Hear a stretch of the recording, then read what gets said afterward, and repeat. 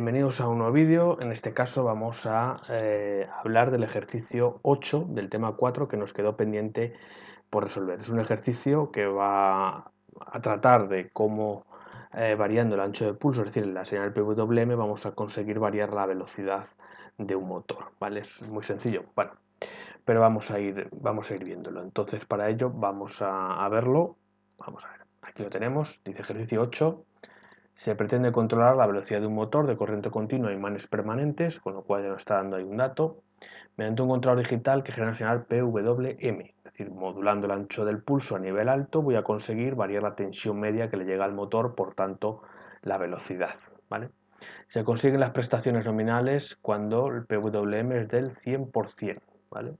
Esto es un dato que nos dan también. Las características del motor son lo siguiente: la resistencia al bobinado, la constante eléctrica, esto nos va a permitir calcular la tensión del inducido, ¿vale?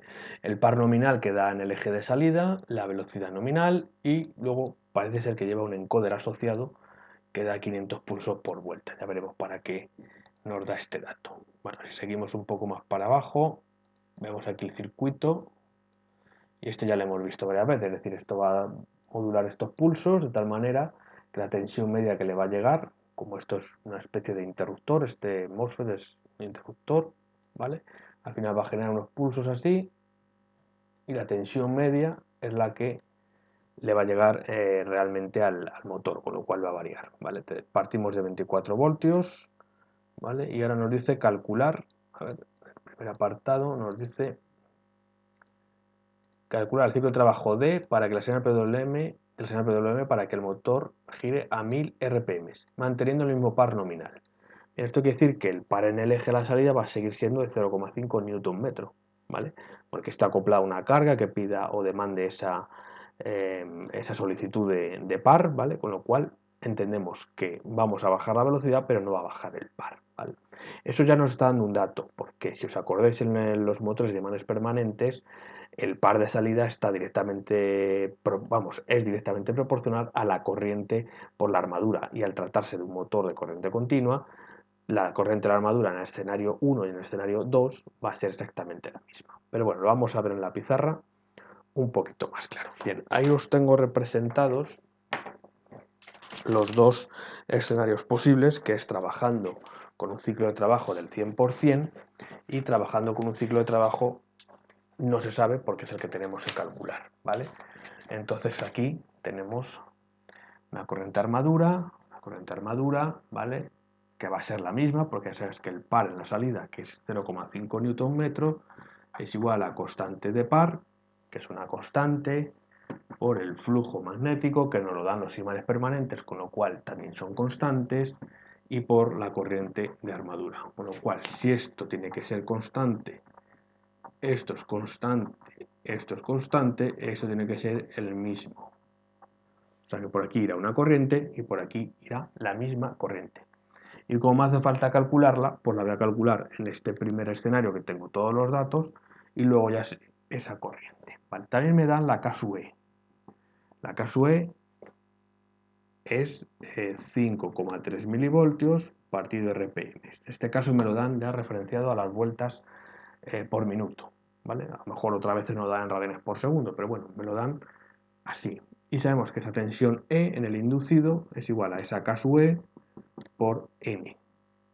Con lo cual ya sé esta tensión, ¿vale? Sé esta resistencia, sé esta otra tensión, sé la tensión que cae en esta resistencia, puedo calcular la I sub A, ¿vale? Vamos a empezar. Esta E en el escenario 1 será 5,3 milivoltios RPM por 3622 RPM. ¿Vale? Como dice que al 100% está girando a la velocidad nominal, pues esto queda así. Y esto sale un total de 19,19 voltios. ¿Vale? Vamos a hacerlo por 3622, 19,19 voltios. Con lo cual la VRI serán 24 voltios, ¿vale? Porque si es el MOSFET no me está diciendo que está al 100%, con lo cual esto está, digamos, sería un interruptor completamente cerrado. ¿vale? Por eso digo 24 voltios menos 19,9. Aquí habrá 24 menos 19,19, 4,81 voltios. Es decir, aquí hay 4,81 voltios, con lo cual ahora la I sub A será 4,81 voltios partido 0,6 ohmios, 8,01, bueno, 8 amperios. ¿Vale? Para trabajar con números más bien redondos, ¿vale? Esto por un lado, con lo cual ahora yo sé que esto es de 8 amperios, ¿vale? Y aquí ya también sé que esto es 8 amperios. ¿Por qué lo digo? Pues porque me tiene que mantener en el par, ya lo he dicho. Esto sea lo que sea, esto sea lo que sea, esto tienen que ser 8 amperios para que estos sean 0,5 newton metros, ¿vale? Entonces ahora la misma historia, voy a calcular esta E, porque mi objetivo es calcular la tensión media que le tiene que llegar al motor, ¿vale? Entonces tiene que ser la tensión media de esto más la tensión media de esto. Entonces esta tensión media es la K sub E por N, es decir, 5,7, 5,3, perdón, milivoltios partido RPM por 1000, estos son 5,3 voltios, es decir, se queda menos tensión porque va más lento. Eso lo vimos ya en teoría. Y la tensión en VRI, pues es la misma situación porque son 8 amperios por 0,6 ohmios, 4,8 voltios. ¿Vale? Sumamos las dos tensiones, la V media tendrá que ser 5,3 más 4,8 igual 10,1 voltios. Es decir, aquí hay 24, pero aquí de tensión media tiene que haber 10,1. ¿Y esto quién me lo va a regular? Este, que va a estar abriendo y cerrando, de tal manera que la tensión que vea el motor de manera media sean 10,1 voltios. ¿Y ahora cómo yo sé el ciclo de trabajo? Hombre, pues porque yo sé que la V media es igual a VT, llamando a esto VT, los 24 voltios, por ese ciclo de trabajo que queremos calcular. Con lo cual D es la V media partido la VT, es decir, 10,1 partido 24, un 42%, o 0,42, perdón, es decir, un 42% del ciclo de trabajo. Bien. Entonces, variando desde el 42% me va a dar un 1000 RPM y si voy al 100% me va a dar 3600. Valores intermedios desde el 42 al 100, por ejemplo, un 60, pues será un valor intermedio entre 1000 RPM y 3600. ¿Vale? Valores inferiores al 42% obviamente serán menos de 1000 RPM, pero bueno, esto ya lo que nos pedía el enunciado era ese. Bien, vamos a ver qué dice el segundo punto. Y el segundo punto, vamos a ver, nos dice calcular la frecuencia de los pulsos del encoder cuando el motor gira a 1000 RPM. Bien, pues esto simplemente es convertir, hacer un cálculo muy sencillo, que lo vamos a hacer ahora mismo. Entonces, en un huequito que tengamos en la pizarra, lo vamos a hacer. Bien, entonces, es muy sencillito esto. Vamos a ver, voy a borrar este trozo porque el otro me va a valer. Bien. Habíamos dicho que la frecuencia en hercios, o sea, el tacómetro me va a dar unos pulsos y me dice que qué frecuencia van a tener esos pulsos cuando gira a 1000 RPM. Pues van a tener esas RPM, n dividido 60 para pasarlo a pulsos al segundo, pero como dice que el encoder da 500 pulsos, tengo que multiplicarlo por 500, es decir, 1000 dividido 60 por 500. Entonces esta frecuencia en hercios me va a salir 1000 dividido 60 por 500, 83, si no me he equivocado, kilohercios. 83,3 kilohercios. ¿Vale? 83, pero a ver, dividido 1000, perdón, 8,3 kilohercios. ¿Vale? Le había hecho así un poco 8,3, es simplemente aplicar esta fórmula, es decir, pasar las RPMs a RPS, a cuántas vueltas al segundo, ¿vale?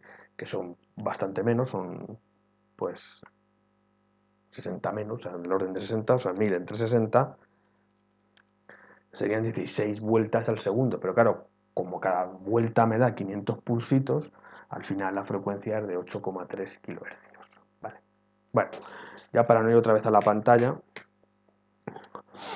vamos a leerlo aquí, vamos a ver qué decía ahora. Dice calcular el rendimiento del motor cuando D es 1. Bueno, vamos a ver qué pone, porque creo que había que calcular los dos el rendimiento. Ah, vale, sí, bien. Bueno, vamos a ver pantalla grande. Dice calcular el rendimiento del motor cuando D es 1, o sea, cuando el ciclo de trabajo es al 100%, y el calculado en el punto 1, o sea, para hacer las dos comparativas, o sea, del rendimiento cuando está al 100% y el rendimiento cuando está al 42%, que es lo que habíamos calculado. Y yo creo que aquí ya se acaba el ejercicio, con lo cual lo vamos a hacer en un momento y ya está. Bien. Bueno, entonces aquí la cuestión es ver cuándo tiene más rendimiento, si cuando está trabajando al 100% o cuando está trabajando al 42%, ¿vale? Entonces lo primero que vamos a hacer es calcular la potencia de salida en el eje, ¿vale? Tenemos los 0,5 Nm, las 3270 RPM y aquí tenemos 1000. Entonces vamos a ver las potencias en el eje, ¿vale? Entonces los dos escenarios son estos. Entonces, sabemos que la potencia en el eje o útil, vamos a darla así, era el par por la velocidad. Entonces la potencia útil, bueno, vamos a escribirlo aquí, serían 0,5 Nm por 3622 por 2pi partido 60 para pasarlo a radianes segundo, ¿vale? 3600 por 2pi partido 60. Y esto me va a dar, voy a hacerlo, 3622 por 2 por pi dividido 60 y por punto 5, 189,64 vatios, ¿vale? Entonces la potencia útil de esta al 100%, si lo queréis poner, serían 189,64 vatios. ¿Y qué potencia es la absorbida? Pues la potencia absorbida serán los 8 amperios por los 24 voltios que caen en el motor. Es decir, 8 por 24 serían 192 vatios, con lo cual el rendimiento en este caso serían 189,64 y 192.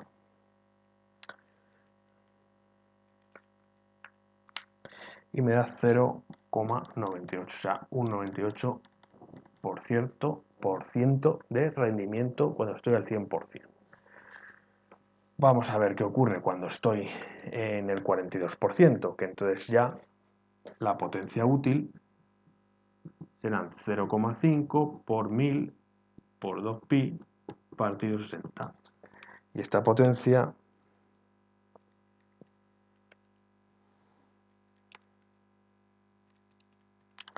me da de 52,35 vatios, o sea, bastante menos potencia que antes. Pero por esta misma razón tiene que haber menos potencia que me consuma el motor. Entonces la potencia absorbida en este caso serían los 10,1 voltios por los 8 amperios, que es la tensión media, ¿vale? Y eso sería 10,1 por 8 serían 80,8 vatios, con lo cual el rendimiento serían 52,35 vatios partido 80,8 vatios. 35 me sale un 0,64, es decir, un 64% de rendimiento, ¿vale? Con lo cual vemos que no porque le hagamos trabajar más lento o con menos tensión el rendimiento va a ser mejor, sino incluso es peor. Por eso el fabricante siempre nos da las condiciones nominales, que son las condiciones idóneas para las que fue calculado el motor, que es donde te da mejor rendimiento. Cuando nosotros ya le variamos la tensión, lo que va a hacer es que va a subir la corriente, etcétera, etcétera. ¿Vale? En este caso no sube la corriente, pero vemos que no ha habido un gran mejora. O sea, alguno podría pensar, joder, pues si va más lento y consumo menos, bueno, meto, en vez de 8 le estoy metiendo 10,1 voltios, pues quizá el rendimiento sea menor, pero en realidad no es así. Bueno, pues con esto habríamos acabado el ejercicio, ¿vale? El ejercicio número 8 del tema 4 de colecciones de ejercicios. Nosotros los estuvimos corrigiendo en clase, espero que no haya ninguna duda. Con lo cual, bueno, pues hasta aquí este vídeo y os emplazo a que veáis el siguiente. Muchas gracias por vuestra atención y haber llegado al final y nos vemos en el siguiente vídeo.